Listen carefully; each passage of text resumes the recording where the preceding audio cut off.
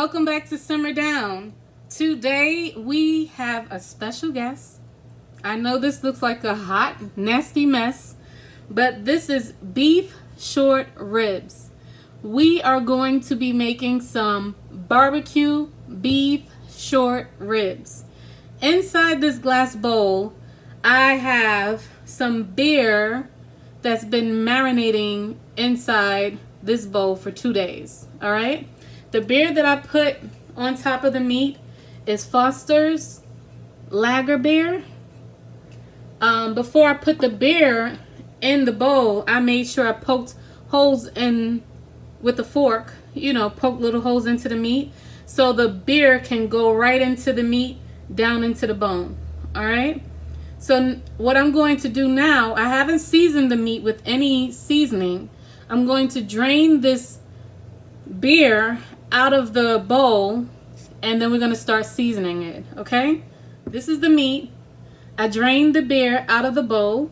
All right, I didn't rinse anything off. All right, you don't need to run it under any water because the beer is going to give it flavor, and we don't want to rinse that off. I'm going to use basic seasonings today. So I have some onion powder that I'm going to be using, some black pepper, ground black pepper, and some black garlic pink salt. All right, I don't know if you guys can see that. Black garlic pink salt by Badia.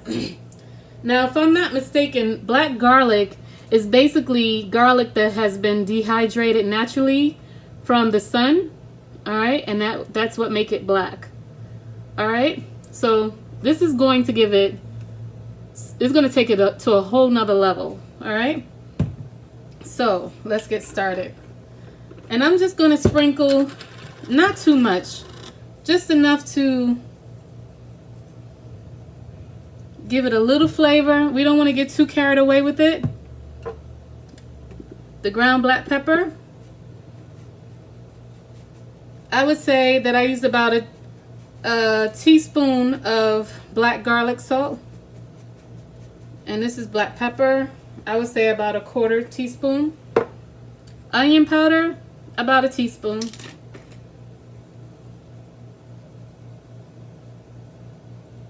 All right. And then we're going to mix this stuff in. Let me wash my hands.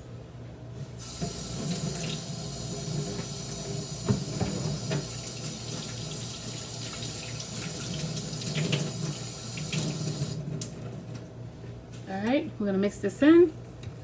My hands are clean. I can smell the garlic, guys. It smells good. And the onion powder. All right. And you gotta keep in mind too that the beer is also counted as a seasoning as well. It's going to give it like a whole nother flavor. And what we're going to do is we're going to put this into a pressure cooker, and we're going to cook it first in a pressure cooker. All right, and then I'll tell you what we'll do next. It's a little surprise. So this is it. Very simple. All right, I don't know if you guys can see just this piece of meat alone, the seasoning throughout the whole meat. That's what we want. All right, so let me wash my hands again.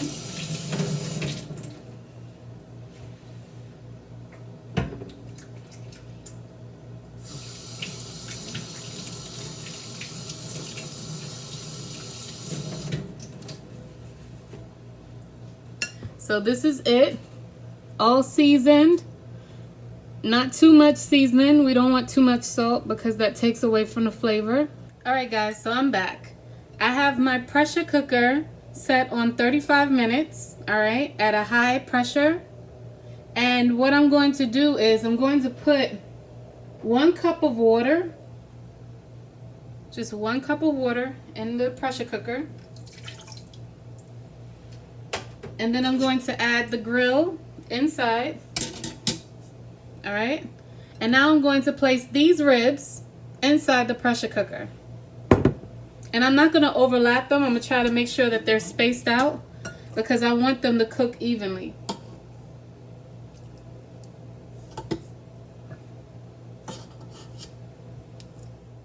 Alright guys, so I placed the beef short ribs into the pressure cooker.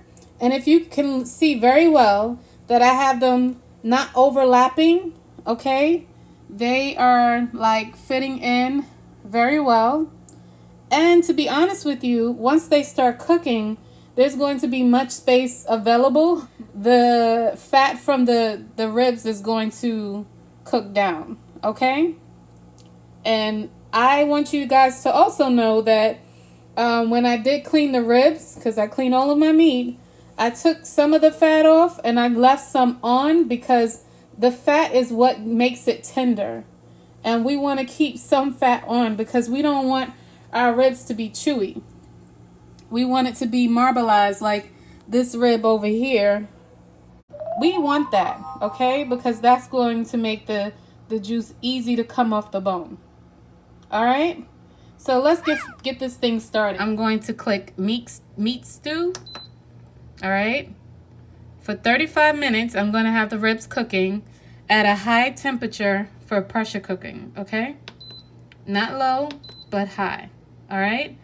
Now what I'm going to do is take this handy dandy lid that goes with the pressure cooker and I'm going to turn it to lock it. I'm also going to make sure that the steam release valve is closed because we want it to pressure cook. We don't want it to be like the steam to escape, because if the steam escapes, then guess what's going to happen? It's going to not pressure cook. Back over here where it says no steam, all right? The valve will be pointing to that direction for steam over here on this side. All right? So I guess I'll see you guys in another 35 minutes and we're going to see how this thing is coming along. Okay guys, so I checked on the pressure cooker. It has completely stopped. 35 minutes is up. Opened up the lid and I see that all the bones have come off. Like the meat is detached from the bone. It doesn't even look like the ribs that I showed you before I put it in the pressure cooker. So yeah, we're not gonna even have bones anymore. They're just gonna be boneless short ribs. But the only thing is that the meat is done. It's just not as tender as I would like it. So I'm going to make sure that it stay in for another 35 minutes and then we'll take it out and put it into the broiler. All right, stay tuned. I'm releasing the steam. 35 minutes is up. And the bobber valve will go down once the steam is completely out. Okay, so as you can see, the meat is completely off the bone. The bone is all by its lonesome. And this is the meat that has fallen off the bone. It is fork tender.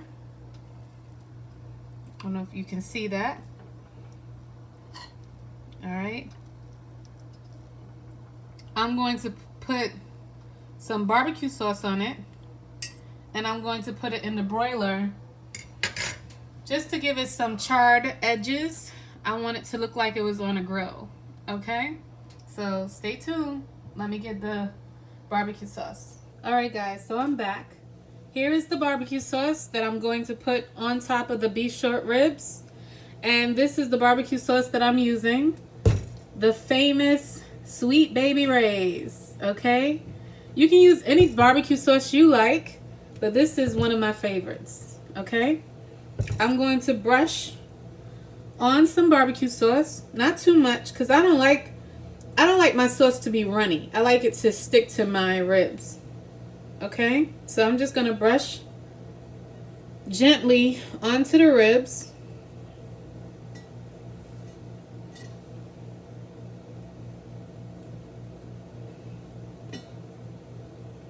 While you're doing this, let's turn the broiler on, okay? Because we're gonna put it into the broiler.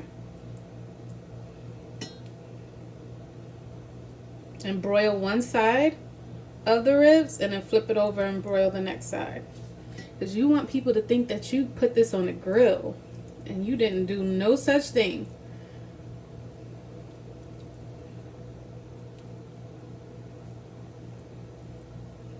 Alright, so I think we're covered.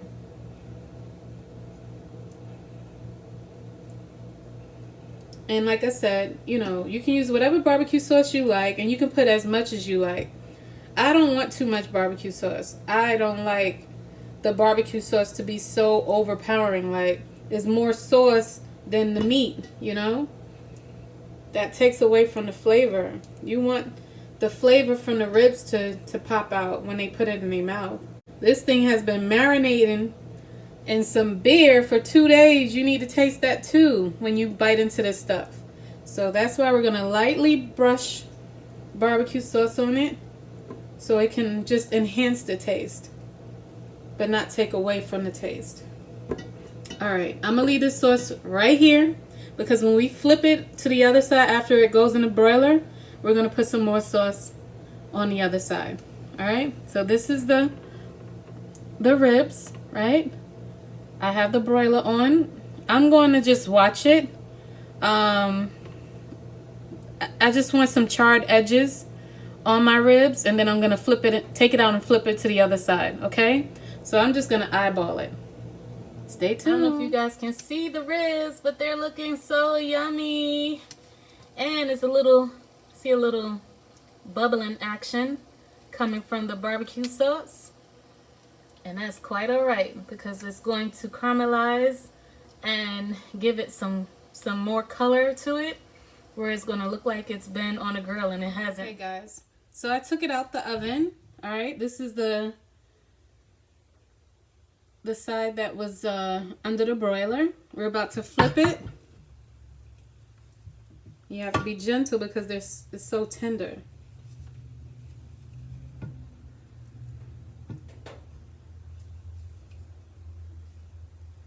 And I'm going to show you guys like exactly how tender it is when I take it and I break it apart. Just to give you an idea. Alright. So all of the ribs have been flipped. And I'm going to brush it again. Put on this side. Okay. And around the edges. Alright. So this is looking really good right now. I'm going to put this in the oven. I'll say about another 10-15 minutes. And then we'll take it out.